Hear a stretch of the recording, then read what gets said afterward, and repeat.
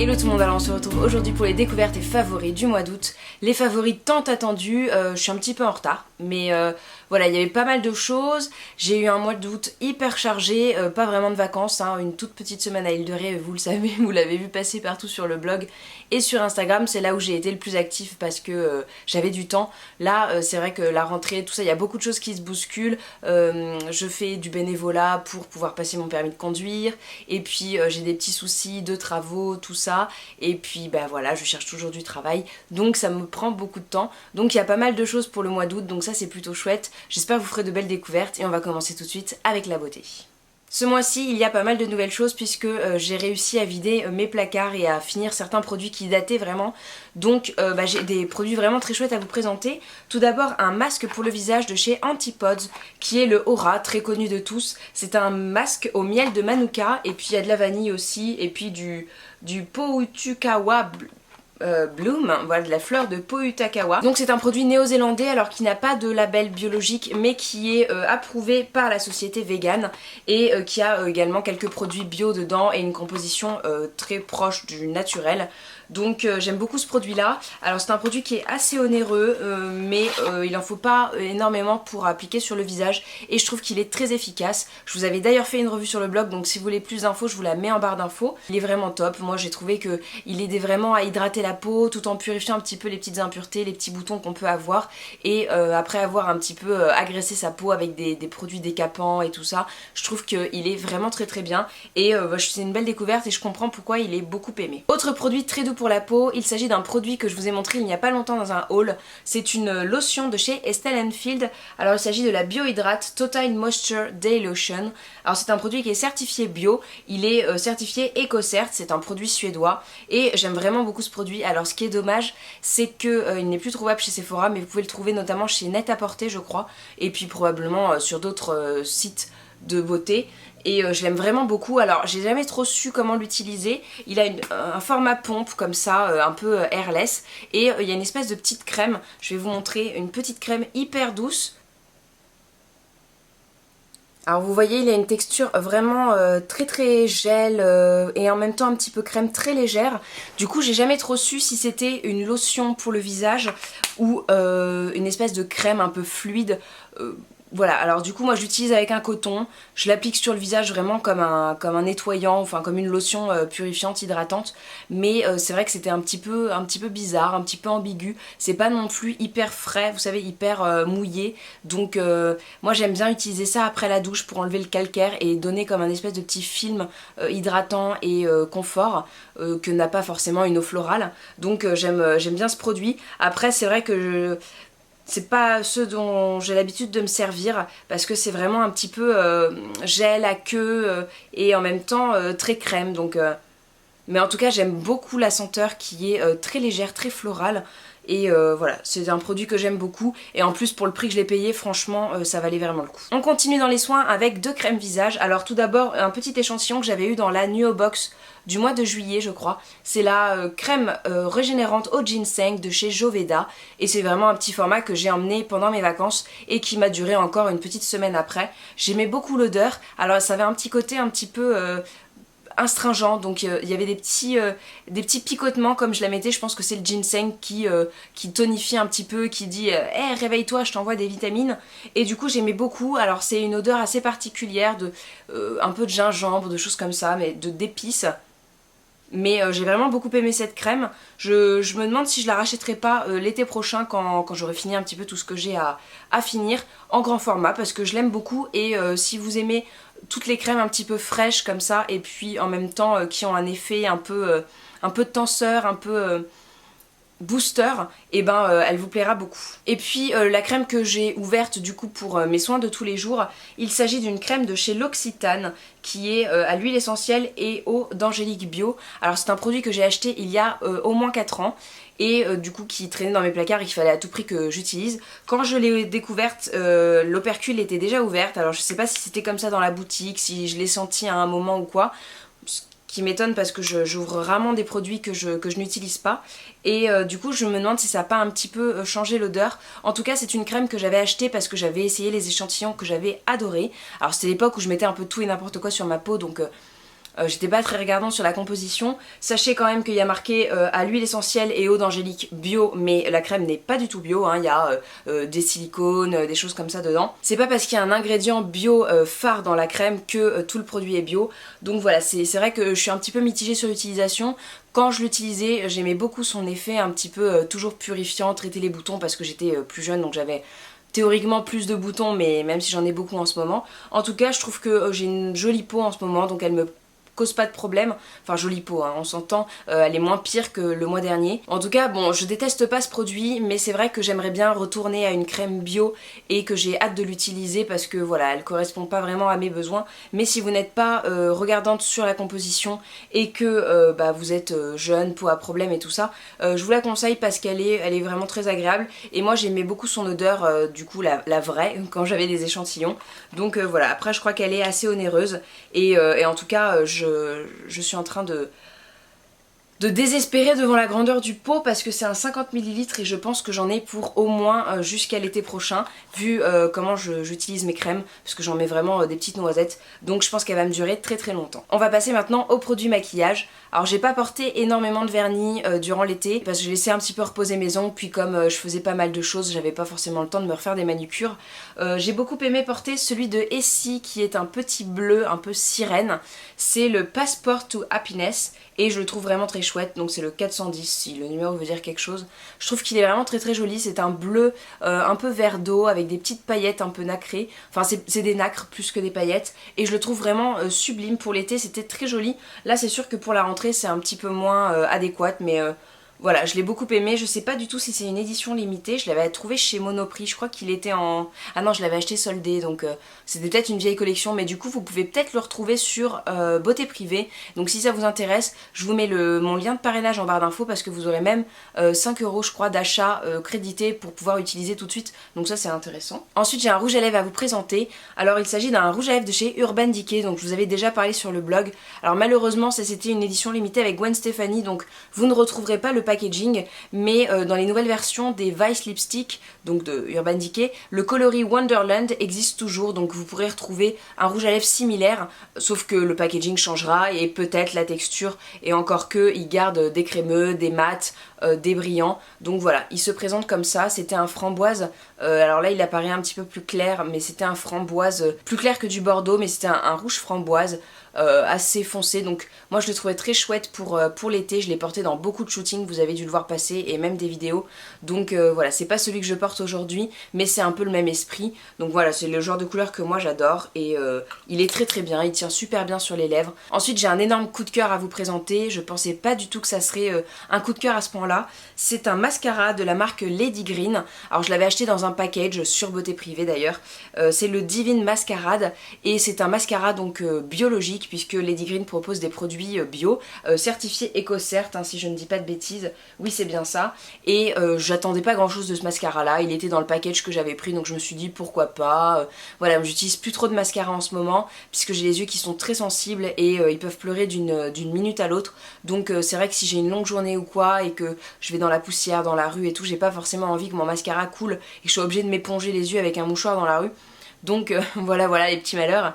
Donc j'en mets pas tous les jours, mais quand je sors, quand j'ai quelque chose de prévu, un dîner ou quoi, je le mets et il est vraiment canon. C'est celui que je porte sur mes yeux, donc je vous ferai un petit close-up parce que je trouve qu'il fait des cils d'enfer.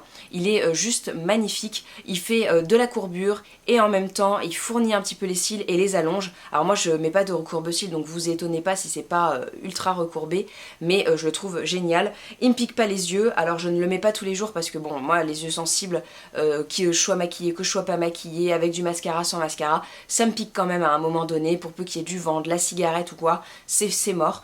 Donc voilà, mais en tout cas je l'adore, il est vraiment génial, il est à tout petit prix donc je vous le recommande, et franchement je pensais pas être aussi attirée par ce mascara là. J'avais déjà un mascara de la marque 100% pur ou quelque chose comme ça, que j'aimais pas trop, que je trouvais un peu voilà, inutile, et celui-là franchement il fait des cils d'enfer, et je pense que je le place numéro 1 devant mon Doll Eyes de chez Lancôme, qui était mon mascara préféré jusqu'à présent.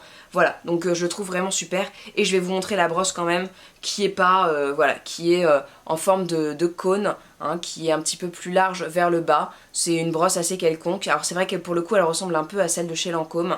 un petit peu moins fourni, mais vraiment il est canon, je l'adore et en plus il est biologique, donc que demander de plus. Alors niveau random, j'ai beaucoup de choses à vous présenter et il y en aurait encore tellement d'autres à vous montrer, mais je ne peux pas faire durer la vidéo 3 plombes, donc ça va être assez court, enfin assez court, on s'entend hein. Donc tout d'abord la Kobo Glow que j'ai reçue pour mon anniversaire, donc que j'avais demandé, c'est vraiment un objet ultra pratique, j'étais pas du tout attirée par ce genre d'objet avant et en fait c'est révolutionnaire. Alors c'est une liseuse hyper légère, très petite, donc vous pouvez la glisser dans un sac. Moi je la trouve vraiment très ergonomique, très pratique, très facile de prise en main, enfin c'est dingue. Il y a une autonomie vraiment très très longue. Alors vous m'avez demandé, je vous ferai une revue et puis en plus j'avais prévu de vous la faire parce que c'est un objet très intéressant et avant d'investir je pense qu'il est intéressant pour vous de comparer les avantages et les inconvénients de plusieurs liseuses, donc je vous ferai une revue sur cette Kobo et ce que j'en pense, voilà, pour que vous ayez un avis là-dessus. Et je la trouve vraiment géniale. Enfin, vous pouvez en plus moduler les tailles, les polices et tout ça. Et du coup, j'ai eu un gros favori lecture, donc c'est le premier livre que j'ai installé sur ma Kobo. Il s'agit de La ménagerie de Sarah Bernhardt de Jean-Luc Comada. Donc voilà, c'est un roman épistolaire. Vous savez que je suis hyper fan de tout ce qui est biographie, autobiographie, roman historique et tout. Donc là, c'est un roman qui est donc épistolaire et qui est inspiré de la vie de Sarah Bernhardt. Donc en fait, ce sont deux personnages qui ont existé. Louise Abéma, qui est une peintre qui a côtoyé Sarah Bernhardt très longtemps, et Jean Mounet-Sully, qui est donc un acteur qui jouait avec Sarah Bernhardt au théâtre, dans les théâtres parisiens. Et ce sont donc deux personnages qui ont vraiment existé, qui entretiennent une correspondance en relatant un petit peu tout ce qui est anecdotes, de faits entre la réalité et la fiction. Et puis il y a également deux personnages complètement fictifs qui s'écrivent. Et voilà, je trouve que c'est vraiment très bien ficelé. On est très connecté à Sarah Bernhardt sans pour autant l'entendre parler, sans qu'elle prenne la parole dans le livre. Donc j'ai vraiment adoré ce livre. D'ailleurs, vous pouvez retrouver une nouvelle catégorie sur le blog, ce sont mes lectures du moment, donc vous pourrez retrouver la critique de ce livre ainsi qu'un autre livre que j'ai lu juste après. Et puis en ce moment je lis Croque-Notes si ça vous intéresse, qui est une biographie du pianiste parisien Lévesque, Jacques Lévesque, voilà, donc moi et les noms c'est un truc de dingue, j'ai une très mauvaise mémoire des noms de famille et des prénoms, c'est, voilà, des fois les gens m'appellent. Enfin, des gens me disent un prénom et puis elle s'appelle Isabelle, je vais l'appeler Catherine, le truc qui a rien à voir. Enfin bref, j'ai vraiment adoré utiliser cet objet durant le mois, c'est vraiment hyper pratique et vous pouvez trouver des livres gratuits et puis également télécharger des livres payants, voilà, acheter des nouveautés sans avoir besoin d'être trop chargé ou quoi, et je trouve ça vraiment génial. Gros cœur avec les doigts. Toujours dans la technologie, j'adore mon nouveau téléphone, donc je me suis acheté un iPhone 6, hein, tout bêtement comme tout le monde, puisque j'avais un iPhone 4S depuis 5 ans et qui commençait vraiment à plus tenir la route. J'étais obligée de le charger 5 fois par jour, de sortir avec des batteries, des câbles pour juste le brancher parce qu'à 50% de batterie, il pouvait s'éteindre comme ça sans prévenir. Donc je suis hyper contente déjà de pouvoir marcher toute une journée dans la rue sans avoir à le charger, pouvoir ouvrir mes applications, pouvoir snapper, pouvoir instagrammer, tout ça sans souci, bon même si j'ai pas forcément eu trop le temps d'instagrammer, mais du coup déjà j'ai beaucoup de plus de place sur mon téléphone, donc j'ai installé plein d'applications dont je suis super fan. Tout d'abord Pokémon Go, oui j'ai succombé, je pensais pas succomber parce que voilà je trouvais ça un petit peu bête, et en fait je trouve ça hyper sympa de faire évoluer ces Pokémon, de sortir juste se faire une petite balade et chercher des Pokémon, je trouve ça très sympa. Et la nouveauté c'est que je me suis remise à Snapchat, donc j'avais téléchargé ça il y a des années sur mon vieux téléphone et puis en fait bon ça me saoulait un petit peu, et maintenant que c'est un petit peu la folie Snapchat, il y a des tas de personnes à regarder et je trouve ça super sympa, et en plus de pouvoir interagir avec les gens comme ça, enfin parler comme en caméra mais instantanément sans que ça soit esthétique ou quoi, je trouve ça hyper cool. Et du coup j'ai mon Snapchat à moi, c'est Morrissey Wild, hein, si vous voulez me suivre, je snap un petit peu tous les jours mon chat, ce que je mange, ce que je porte et tout ça. C'est vrai que c'est un petit peu plus pratique que Instagram et puis voilà, moins formel, vous n'êtes pas obligé que ça soit aussi beau, donc voilà ce que je snap. Des noix de cajou.